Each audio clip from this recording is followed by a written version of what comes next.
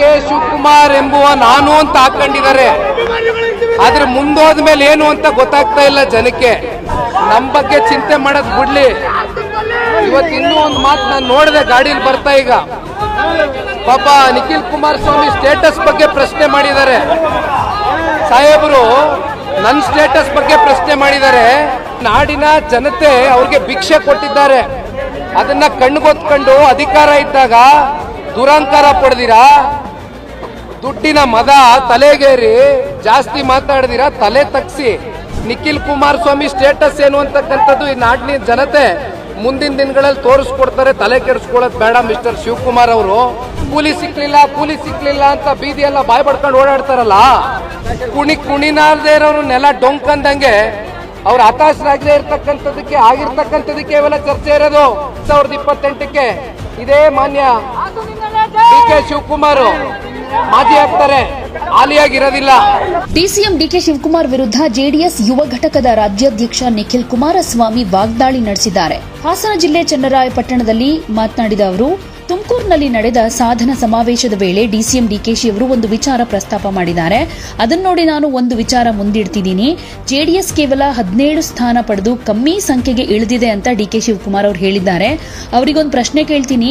136 ಸ್ಥಾನ ಹೊಂದಿರೋ ಕಾಂಗ್ರೆಸ್ ಪಕ್ಷದ ಡಿಸಿಎಂ ನೀವು, ಅದೆಂಥದೋ ಡಿಸೈನ್ ಬಾಕ್ಸ್ ಅಂತ ಟೀಮ್ ಇದೆಯಲ್ಲ, ಅಲ್ಲಿ ಪಾಪ ಡಿಕೆ ಸಾಹೇಬ್ರು ಡಿಕೆ ಶಿವಕುಮಾರ್ ಅನ್ನೋರು ನಾನು ಅಂತ ಹಾಕೊಂಡಿದ್ದು ಮುಂದೆ ಹೋದ ಮೇಲೆ ಏನು ಅಂತ ಜನರಿಗೆ ಗೊತ್ತಾಗ್ತಾ ಇಲ್ಲ. ಹಾಗಾಗಿ ಪ್ರಶ್ನೆ ಕೇಳ್ತಿದ್ದೀನಿ, ನಮ್ಮ ಬಗ್ಗೆ ಚಿಂತೆ ಮಾಡೋದು ಬಿಡ್ಲಿ ಅಂತ ಕಿಡಿಕಾರಿದ್ದಾರೆ. ಮಿಸ್ಟರ್ ಡಿಕೆ ಶಿವಕುಮಾರ್ ಅವರೇ, ತಲೆ ಕೆಡಿಸ್ಕೊಳ್ಳೋದು ಬೇಡ, ಇಷ್ಟು ಲಘುವಾಗಿ ಮಾತಾಡೋದು ಬೇಡ ಅಂತ ವಾಗ್ದಾಳಿಯನ್ನ ನಡೆಸಿದ್ರು. ನಿನ್ನೆಯ ದಿನ ತುಮಕೂರಿನಲ್ಲಿ ಸರ್ಕಾರಿ ಕಾರ್ಯಕ್ರಮ ಆಯೋಜನೆ ಮಾಡಿಕೊಂಡು ಸಾಧನಾ ಸಮಾವೇಶ ಅಂತ ಹೆಸರು ಕೊಟ್ಕೊಂಡು ನಿನ್ನೆಯ ದಿನ ಮುಖ್ಯಮಂತ್ರಿಗಳು ಉಪಮುಖ್ಯಮಂತ್ರಿಗಳ ಆದಿಯಾಗಿ ಸಂಪೂರ್ಣ ಸಚಿವ ಸಂಪುಟವು ಕೂಡ ನಿನ್ನೆ ತುಮಕೂರಿನಲ್ಲಿ ಮಾತನಾಡಿರ್ತಕ್ಕಂಥ ಎಲ್ಲ ವಿಚಾರವನ್ನ ಕೇಳಿದ್ದೀನಿ. ನಿನ್ನೆ ಒಂದು ಉಪಮುಖ್ಯಮಂತ್ರಿಗಳು ಒಂದು ವಿಚಾರವನ್ನ ವ್ಯಕ್ತಪಡಿಸಿದ್ರು. ನಾನು ಅದನ್ನ ಗಮನಿಸಿ ಇವತ್ತು ನನ್ನ ವಿಚಾರವೂ ಕೂಡ ಮುಂದಿಟ್ಟಿದ್ದೀನಿ. ಜನತಾದಳ ಪಕ್ಷ ಕೇವಲ 17 ಸ್ಥಾನವನ್ನ ಪಡ್ಕೊಂಡು ಬಹಳ ಅತ್ಯಂತ ಕಮ್ಮಿ ಸಂಖ್ಯೆಗೆ ಇಳಿದುಬಿಟ್ಟಿದೆ ಅಂತಕ್ಕಂಥದ್ದನ್ನ ಡಿ ಕೆ ಶಿವಕುಮಾರ್ ಅವ್ರು ಮಾತಾಡಿದ್ನ ನೋಡಿ ನಾನೊಂದು ಪ್ರಶ್ನೆ ಅವ್ರಿಗೆ ಕೇಳಲಿಕ್ಕೆ ಬಯಸ್ತೇನೆ. 136 ಜನ ಶಾಸಕರನ್ನ ಹೊಂದಿರತಕ್ಕಂಥ ಕಾಂಗ್ರೆಸ್ನ ಪಕ್ಷದ ಉಪಮುಖ್ಯಮಂತ್ರಿಗಳು, ಅದೆಂಥದ್ದು ಅವ್ರದ್ದು ಡಿಸೈನ್ ಬಾಕ್ಸ್ ಅಂತ ಒಂದು ಟೀಮ್ ಇದೆಯಲ್ಲ, ಅಲ್ಲೊಂದು ಕಚೇರಿನಲ್ಲಿ ಪಾಪ ಡಿ ಕೆ ಸಾಹೇಬರು ಡಿ ಕೆ ಶಿವಕುಮಾರ್ ಎಂಬುವ ನಾನು ಅಂತ ಹಾಕೊಂಡಿದ್ದಾರೆ. ಆದ್ರೆ ಮುಂದೋದ ಮೇಲೆ ಏನು ಅಂತ ಗೊತ್ತಾಗ್ತಾ ಇಲ್ಲ ಜನಕ್ಕೆ. ಅದಕ್ಕೆ ಪ್ರಶ್ನೆ ಕೇಳಿದ್ದೀನಿ, ನಮ್ಮ ಬಗ್ಗೆ ಚಿಂತೆ ಮಾಡೋದು ಬಿಡ್ಲಿ. ಇವತ್ತು ಇನ್ನೂ ಒಂದು ಮಾತು ನಾನು ನೋಡಿದೆ ಗಾಡಿಯಲ್ಲಿ ಬರ್ತಾ ಈಗ. ಪಾಪ ನಿಖಿಲ್ ಕುಮಾರಸ್ವಾಮಿ ಸ್ಟೇಟಸ್ ಬಗ್ಗೆ ಪ್ರಶ್ನೆ ಮಾಡಿದ್ದಾರೆ. ಸಾಹೇಬರು ನನ್ನ ಸ್ಟೇಟಸ್ ಬಗ್ಗೆ ಪ್ರಶ್ನೆ ಮಾಡಿದ್ದಾರೆ. ಒಂದು ಅರ್ಥಕೊಳ್ಳಿ, ಇವತ್ತು ಅವ್ರಿಗೇನು ಜನ ಸ್ಟೇಟಸ್ ಕೊಟ್ಟಿದಾರಲ್ಲ, ಉಪಮುಖ್ಯಮಂತ್ರಿ ಸ್ಟೇಟಸ್ಸು, ಇದು ನಾಡಿನ ಜನತೆ ಅವ್ರಿಗೆ ಭಿಕ್ಷೆ ಕೊಟ್ಟಿದ್ದಾರೆ. ಅದನ್ನ ಕಣ್ಗೊತ್ಕೊಂಡು ಅಧಿಕಾರ ಇದ್ದಾಗ ದುರಂಕಾರ ಪಡೆದಿರಾ, ದುಡ್ಡಿನ ಮದ ತಲೆಗೇರಿ ಜಾಸ್ತಿ ಮಾತಾಡಿದಿರಾ, ತಲೆ ತಗ್ಸಿ ಜನಗಳಿಗೆ ಗೌರವಿತವಾಗಿ ದುಡಿತಕ್ಕಂಥ ಕೆಲಸ ಮಾಡಲಿ. ನಿಖಿಲ್ ಕುಮಾರಸ್ವಾಮಿ ಸ್ಟೇಟಸ್ ಏನು ಅಂತಕ್ಕಂಥದ್ದು ಈ ನಾಡಿನ ಜನತೆ ಮುಂದಿನ ದಿನಗಳಲ್ಲಿ ತೋರಿಸ್ಕೊಡ್ತಾರೆ. ತಲೆ ಕೆಡಿಸ್ಕೊಳ್ಳೋದು ಬೇಡ ಮಿಸ್ಟರ್ ಶಿವಕುಮಾರ್ ಅವರು. ಇಷ್ಟು ಲಘುವಾಗಿ ಮಾತನಾಡ್ತಕ್ಕಂಥದ್ದು ಬೇಡ. ಅಪ್ಪ ನೋಡಿದೆ ಎಲ್ಲ ಇವಾಗ ಮಾತಾಡಿದ್ದಾರೆ ನಮ್ಮ GBIT ವಿಚಾರಕ್ಕೆ ಸಂಬಂಧಪಟ್ಟಂತೆ. ಅವ್ರ ಪ್ರೆಸ್ ಅಡ್ರೆಸ್ನ ನಾನೆಲ್ಲ ನೋಡ್ಕೊಂಡ್ ಬಂದಿದ್ದೀನಿ. ಪಾಪ ಮಾತೆತ್ತಿದ್ರೆ ಅವ್ರ ಸಹೋದರ ಕೂಲಿ ಸಿಕ್ಲಿಲ್ಲ ಅಂತ ಬೀದಿ ಎಲ್ಲ ಬಾಯ್ ಪಡ್ಕೊಂಡು ಓಡಾಡ್ತಾರಲ್ಲ, ಅಲ್ಲಿ ಡೆಲ್ಲಿಗೆ ಹೋಯ್ತಾರೆ. ಅಲ್ಲಿ ಪಾಪ ಇಲ್ಲಿವರೆಗೂ ಮುಖ್ಯಮಂತ್ರಿ ಉಪಮುಖ್ಯಮಂತ್ರಿಗಳ ಕುರ್ಚಿಯ ಒಂದು ಕಿತ್ತಾಟ ಬಡದಾಟ ಬೀದಿನಲ್ಲಿ ರಂಪಾಟ ಆಗಿ ಜನ ಇವತ್ತು ನಗುವಂತ ಪರಿಸ್ಥಿತಿ ಬಂದರೂ ಕೂಡ ಕಾಂಗ್ರೆಸ್ನ ಹೈಕಮಾಂಡು ಪಾಪ ಡಿ ಕೆ ಶಿವಕುಮಾರ್ ತಮ್ಮ ಅದೆಂತದೋ ದುಡ್ದು ಬಿಟ್ಟಿದೀವಿ, ಕೂಲಿ ಸಿಕ್ಕಿಲ್ಲ ಅಂತಾರಲ್ಲಪ್ಪ. ಆ ಮೊದಲು ಕೂಲಿ ತಗೋ ಬರ್ಲಿ, ಅದೆಂತದೋ ದುಡ್ದವ್ರಂತೆ, ಕೂಲಿ ಸಿಕ್ಕಿಲ್ವಂತಲ್ಲ, ಕೂಲಿ ಇಸ್ಕೊ ಬರ್ಲಿ, ಹೋಗಿ ಡೆಲ್ಲಿಗೆ ಹೋಗಿ ಕೂಲಿ ಇಸ್ಕೊ ಬರ್ಲಿ. ಜನ 136 ಜನ ಸೀಟನ್ನು ಗೆಲ್ಸ್ಕೊಟ್ಟವ್ರೆ. ಕುಣಿನಾರದೇ ಇರೋರು ನೆಲ ಡೊಂಕಂದಂಗೆ ಅವ್ರು ಹತಾಶರಾಗದೇ ಇರ್ತಕ್ಕಂಥದ್ದಕ್ಕೆ ಆಗಿರ್ತಕ್ಕಂಥದ್ದಕ್ಕೆ ಇವೆಲ್ಲ ಚರ್ಚೆ ಇರೋದು. ನಿಖಿಲ್ ಕುಮಾರಸ್ವಾಮಿ ಸ್ಟೇಟಸ್ ಬಗ್ಗೆ ಚರ್ಚೆ ಬೇಡ. 2028ಕ್ಕೆ ಇದೇ ಮಾನ್ಯ ಡಿ ಕೆ ಶಿವಕುಮಾರ್ ಮಾಜಿ ಆಗ್ತಾರೆ, ಹಾಲಿಯಾಗಿರೋದಿಲ್ಲ. ಯಾವ್ರಿಗೂ ಅಧಿಕಾರ ಶಾಶ್ವತ ಅಲ್ಲ.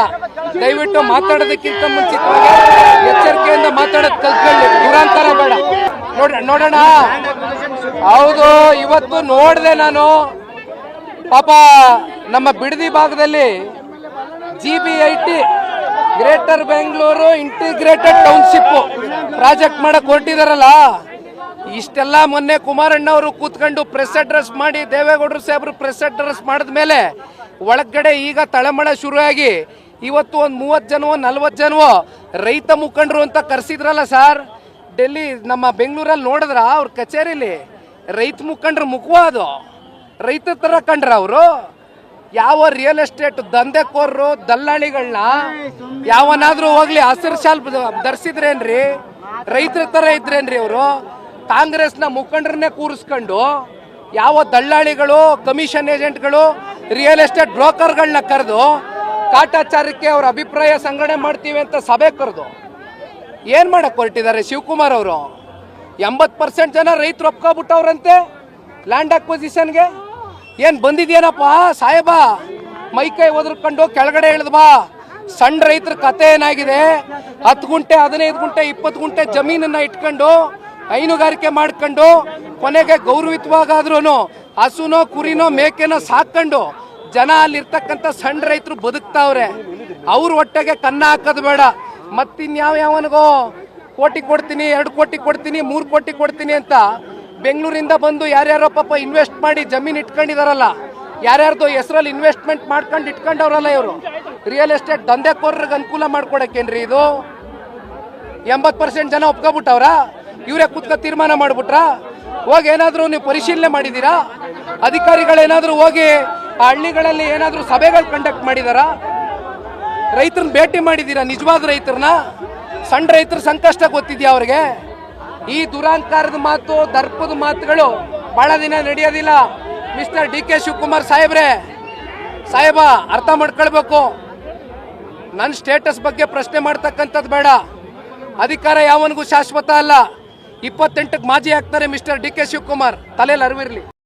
ಪಾಪ ಪುಣ್ಯದ ಮಥನವೋ, ನೀತಿ ತತ್ವದ ಕಥನವೋ, ಬಲಾಬಲಗಳ ಘೋರ ಕದನವೋ, ಪ್ರೇಮ ಕಾಮದ ಸದನವೋ, ರಾಗ ದ್ವೇಷದ ದೋಷವೋ, ಜನ್ಮ ಜನ್ಮದ ಪಾಶವೋ,